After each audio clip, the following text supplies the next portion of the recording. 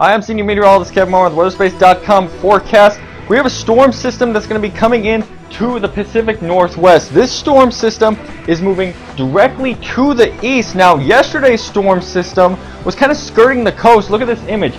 Storm system was skirting the coast, and a lot of people inland were like, where's the rain at? Well, let me tell you something. The storm system just skirted the coast and came into maybe the northeast or so. You got some rain out of it, some gusty winds, 20-mile-an-hour gust out of that one. Not too bad, very typical for the Pacific Northwest. But this is the monster. Here on the satellite image shows that it's moving due west to east. And this is, like I said, is going to be like a punch in the face. Now, you got the other storm system that kind of nudged the area, but this one's going to be like, again, like a punch in the face. Because it's going to be coming in from the west to the east, and it will not be having any north or south component with this. The dynamics with the system are very strong.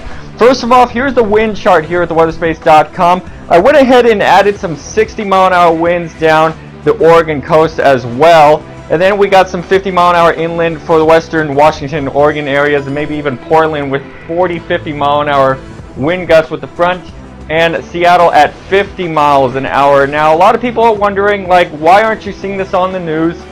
Your local news is probably not going to say this because it's kind of a scary forecast for some, but here at theweatherspace.com, I want to prepare you on what's going to be coming and not tell you an hour before it hits that you need to prepare, because what you need to do is get everything out. If you're west Washington and Oregon, get everything out from outside and go ahead and do what you usually do to prepare for high winds.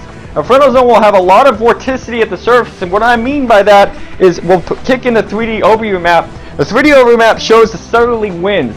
Now the winds are going to be more southerly, maybe south-southeast, north of Portland and into Seattle, and then western Washington, so around Olympia, around in that area in Puget Sound. The winds are going to be coming in from the south-southeast in the lower levels at the surface, and then at the upper levels with that punch in the face kind of flow, it's going to be due west to east. So you got a lot of spin, that's what we call shear, in the atmosphere. And some of the values here at theweatherspace.com show 17. Now, I developed a different kind of thunderstorm index, if you will, for here on the west coast, because they're a little bit different, because here on the west coast we don't need instability as much as we need upper level dynamics like divergence and just a little meteorological jingle that I could say. But here 16 is generally where we start to see some lightning on my values. We got over 17 here in southwestern Washington. Most of western Washington's in the 17.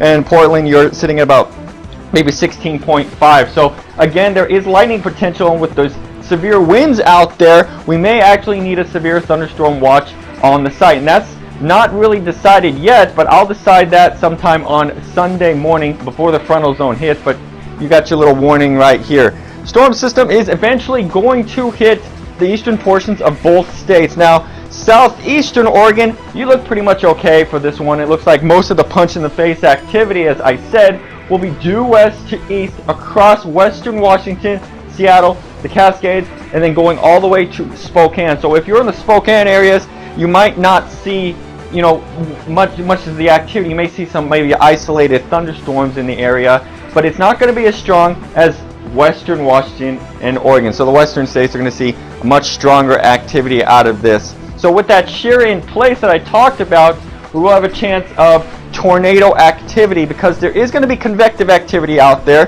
Because look at the upper level divergence. You've got the winds going to the northeast or so in northwestern Washington, and then you got the winds kind of going to the east-southeast below Portland. In between this zone, this is your upper level divergence, and that's where the lift is going to be overtaking any kind of instability that we need. When we got the upper level divergence in place, we got the shear in place, we got some of my values in the 17 value, and it goes anywhere from 16 to 20, but in the 17 value is pretty good for thunderstorms.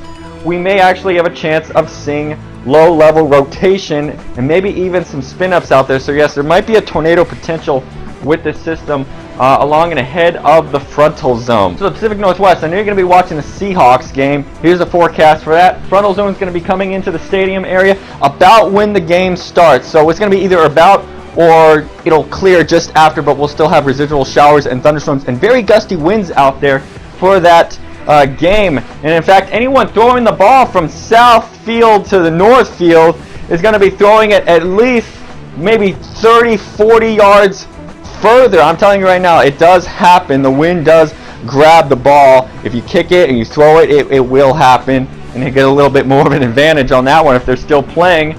But if there's lightning out there, which I think there might be, then they will postpone the game just like last Sunday. So the game will still go on. I'm sure it will, because this frontal zone is very fast moving. It'll kick in and then a kick out.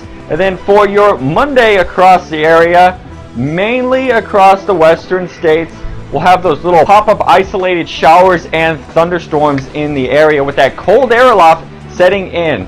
So there you have it. We have the severe thunderstorm system coming into the Pacific Northwest on your Sunday. Stay tuned to theweatherspace.com. And hey, we're on Facebook. We just reached 50,000 likes last night, and I want to thank everyone for being on the page. Stay tuned.